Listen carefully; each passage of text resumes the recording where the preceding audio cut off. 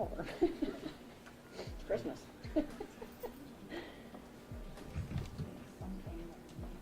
Please rise. Court's back in session.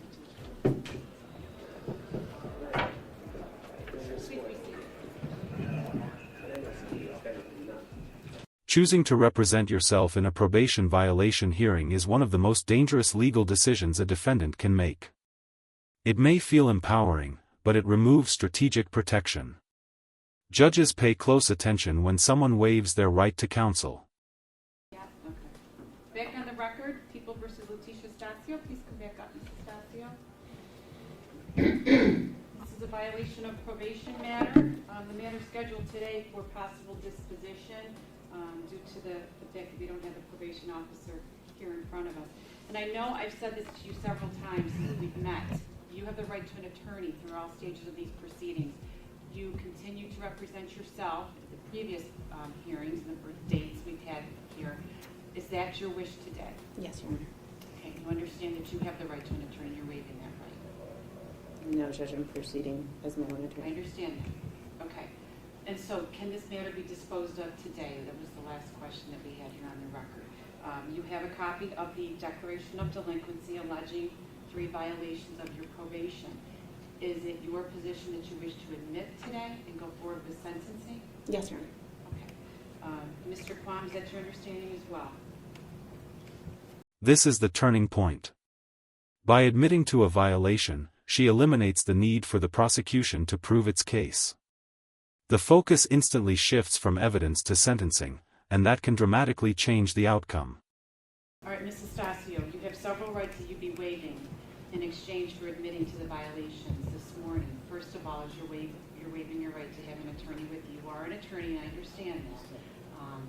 You also have the right to a hearing where the people have to prove that you violated the terms and conditions of your probation by a preponderance of the evidence. Do you waive your right to a hearing? I do. Do you also waive your right to cross-examine the witnesses that the prosecutor would call to testify against you at the hearing? I do. Do you also waive your right to call your own witnesses in your defense at the hearing? Yes. And you waive your right to testify at the hearing, although no one could force you to testify. Yes. Are you making this admission knowingly, voluntarily, and intelligently? Yes. Has anyone forced you or threatened you or promised you anything in exchange for your admission? No. Do you feel under any duress or coercion at the present time? No.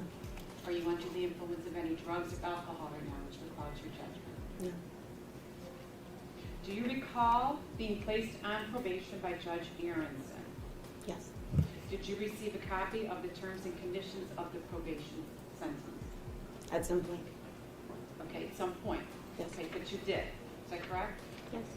I'm sorry? Yes. Okay. In fact, you did sign off on the conditions of probation. Yes. Okay. Did you understand the terms and conditions of probation? Yes. Do you admit that you failed to report as directed to probation on August 13th, 2019 and August 20th, 2019? Yes. And you admit that you didn't appear to probation for a few months thereafter? Judge, with all due respect, I think that the one admission is sufficient for the declaration of delinquency. If you don't want to answer that, you don't have to. I don't want to. Do you admit that you failed to cooperate with the Ignition Interlock Program as required by Section 1193, Subdivision C? No. No, I don't admit that. I deny that. You deny that? I do, but I've already pled guilty, Judge.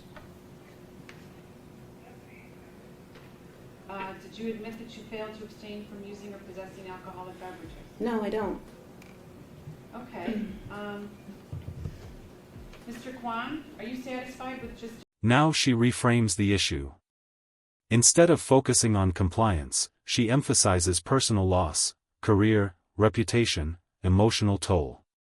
The question becomes, should punishment measure conduct alone, or the broader impact on a person's life? Of probation has occurred, she only needs to admit to the one violation, and if the court is satisfied, the court is in a position to sentence her accordingly. But in terms of whether or not she has adequately pled, the people are in the position of, yes, she has. All right. The people are satisfied. I'll be satisfied as well with your admission that you didn't show up to probation beginning at August 13th and August 20th, 2019. And therefore, I will find that you violated the terms and conditions of your probation that you did so knowingly. Now, with regards to sentencing, do you wish to be heard? Briefly, Your Honor, obviously, as a violation of probation, it is up to the court to sentence Ms. Estacio as she sees fit. However, it is the position of the people that, based on not only her violation of failing to report, but her violation of the conditional discharge that put her on probation in the first place, her inability to adhere to probation going forward from that it is the people's position that the only alternative left to the court is to sentence Ms. Estacio to a term of incarceration, and that would be the position of the people. Ms. Estacio? Judge, honestly, I'm blindsided. I've spoken to Mr. Fung about this several times, and his position has always been that the people take no position. In fact, in pretrial conferences, he's asserted that a time-served disposition would be appropriate in light of the fact that I've served approximately 4 months in jail on a misdemeanor DWI. So I'm surprised that he would make this statement on the record, on the news, for the first time ever. I think it's disingenuous at best. But Judge, I think that it's easy to lose sight of the facts in this case. This case, like a case that I've cited before, People v. Purpura, which is a county court case, which was appealed from the Monroe County District Attorney's Office when an individual who got probation was sentenced to 9 months in jail. Judge Chasho, county court here, said that that was inappropriate, and he conducts an entire analysis of why it's inappropriate. What he says is that no matter what happens in a criminal case, you always go back to the initial crime, the initial offense. In that case, as in this case, it was a misdemeanor DWI. You look at the defendant as you find them at the time of the arrest. In my case, I was a city court judge.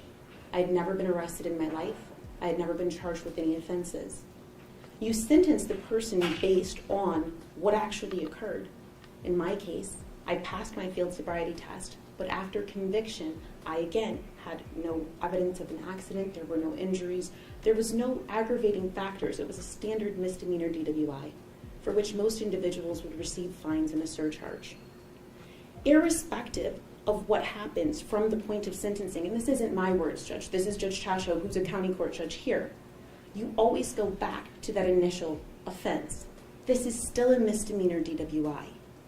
This is a misdemeanor DWI that was alleged to have occurred in 2016, and we're going into 2020. I have served almost an entire year of a conditional discharge. I have served approximately 4 months in jail. I have served 2 years on probation. I'm not saying any of this to say, woe is me. You weren't the initial sentencing judge. I want you to be aware, if we're talking about penalties, of the penalties I've already sustained in this case. In addition, I was removed from the bench. Literally, the Court of Appeals held that career suicide was appropriate in my case, so I lost my entire career. I think if we're going to talk about penalties and justice and equity, this is an atypical sanction for a misdemeanor. The judge makes one principle clear: probation is conditional liberty. It is not a negotiation, it is a privilege granted and revoked by the court. DWI conviction. In addition, one of the reasons that a person would be placed on probation, and this is again in the People v. Purpura decision, is substance abuse, which apparently has been the overarching concern here, that I have a problem with alcoholism. I've never been able to provide any proof to the court that I've completed an alcohol treatment program because I've never been ordered to attend one. I've obtained 3 to 5 OASIS certified evaluations, and none of them ever said I needed treatment. It is impossible for me to enter into a treatment program without a diagnosis. That's just not how insurance works. So I did voluntarily enter into one program that I completed, but that's all I could do. If I'm on probation to address a substance abuse issue, that certainly isn't occurring before this court because there's no proof that I have one. I got a mental health evaluation. There was no recommended treatment, but on my own, because candidly this was very stressful, I got into therapy. I provided information from my therapist to my probation officer voluntarily. My therapist said, you need this to be over. What you're seeing is suffering from situational depression. You cannot move on with your life because this will not end. I provided proof of that to the court. I provided proof of that to probation. I am not here out of defiance. I am here because The judicial system does not function to break people, and it is destroying me. Irrespective of what I look like when I come into court, whether I'm smiling and happy, this is difficult every day. It is embarrassing, it is humiliating, and I cannot move forward. I cannot represent my clients because my mind is cloudy. I cannot come into court because I'm denied access regularly. I could not get here on time today because I have to stand in line. I cannot get a secure pass. It is difficult for me to get into the jail to see clients that I need to visit. It is difficult for me to work, and probation is supposed to help me, not harm me. If your point was to penalize me, I'm telling you you have. If your point was to destroy me, I'm telling you you can't. Irrespective of whether you jail me for the rest of the term that is left here or not, I can't function this way. So I've done quite a bit of time here, more than I think any other individual ever convicted of a misdemeanor DWI has done. I think that I have lost quite a bit, but I've gained so much in the process. If the point was to teach me or to help me, I don't know that you did, but I can tell you through this process, I've grown so much as an individual. You don't know me, but you literally can see the difference in the person that I've been through this. And to continue to be stuck just because there is literally no benefit to keeping me on probation. In fact, I am the only probationer that my probation officer supervises. You want to talk about a waste of taxpayers' money? I'm his entire caseload. There's no benefit, Judge. You want me to serve the community? I do. I planned on going to a Thanksgiving dinner tonight. If you don't decide to incarcerate me, I'll be there. I'll be serving at Sabrino's this week. I do community service regularly because that's who I am as a person. If you'd like to sentence me to that, I could see a purpose there and I'd do it anyway. I think the appropriate disposition is time served, and People v. Purpura tends to support me. I think that that's a binding decision. I think the court's bound by it. But aside from that, Judge, aside from legalities, and I think that the right thing to do here is to end this. And honestly, candidly, I would like you to do that with a time served disposition. But no matter what you decide to do, I'm thankful that this will be over today. This has stopped my life. Judge, also, there was a motion that was filed. I know that the court ruled on it. Specifically, there was an ignition interlock device portion of that motion where I addressed the fact that I've been serving that sentence for in excess of 3 years, which I believe is illegal. Irrespective of the court's decision today, I would ask that you sign the order terminating the ignition interlock today as a part of your sentence. And I would just throw myself on the mercy of the court. Judge, thank you for letting me speak. I don't feel the need to respond in depth to her feelings. I do believe she misrepresented what I said about the court's options in our pretrial conference, but that's neither here nor there. I think what matters is that people who are on probation do not get to decide when their terms of probation end. And I'll leave it at that. Thank you. So this case started with you being charged with driving while intoxicated and convicted after a trial for driving while intoxicated, which I consider a very serious offense. The facts surrounding your arrest that morning, very troublesome to me. But your actions after your conviction are even more troubling to me. You received the minimum sentence of a conditional discharge upon your conviction for driving while intoxicated. You had a year period to stay out of trouble, pay your fine and surcharge, put a ignition interlock device on your car, and follow the restrictions of the device. And almost a month after your conviction, you already had a violation of your conditional discharge filed. Within 2 months, you had 2 more filed against you. You settled it. You admitted to a violation. The judge extended your conditional discharge provisions to include an additional time period on your ignition interlock device. That was it. 6 months later, you're back on another violation of conditional discharge. The judge places you on probation. Shock portion, yes, you did serve some time. Instead of revoking your probation, he gave you another chance. Placed you on probation. You're back again on a violation of your probation. You've been given several chances before today, before appearing in front of me. What I have found is, and what shocks me, is that you've absolutely never taken any response responsibility for your actions. You've never shown any remorse throughout this entire process. Shocking to me. What's also appalling to me is that you unilaterally decided to take yourself off probation without a court order. You just decided you didn't want to go anymore, so you stopped going. I'm not happy about it.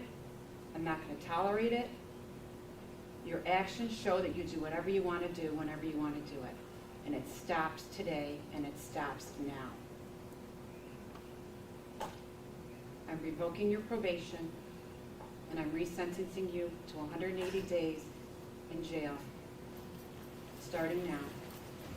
Thank you, Judge. I will grant your relief with regards to the intellectual device. You no longer have to have it installed on your car. I will also sign an order to allow a family member to get it taken off of your car in a timely fashion. Would that be today? Statute, you're going to have some time to think about what your actions were throughout this proceeding. It's quite possible you single-handedly changed the view of our community to the judicial justice system, our judicial system of justice. And it's appalling what... The judge makes one principle clear: probation is conditional liberty. It is not a negotiation, it is a privilege granted and revoked by the court. Done, and I hope you've learned your lesson. Case closed.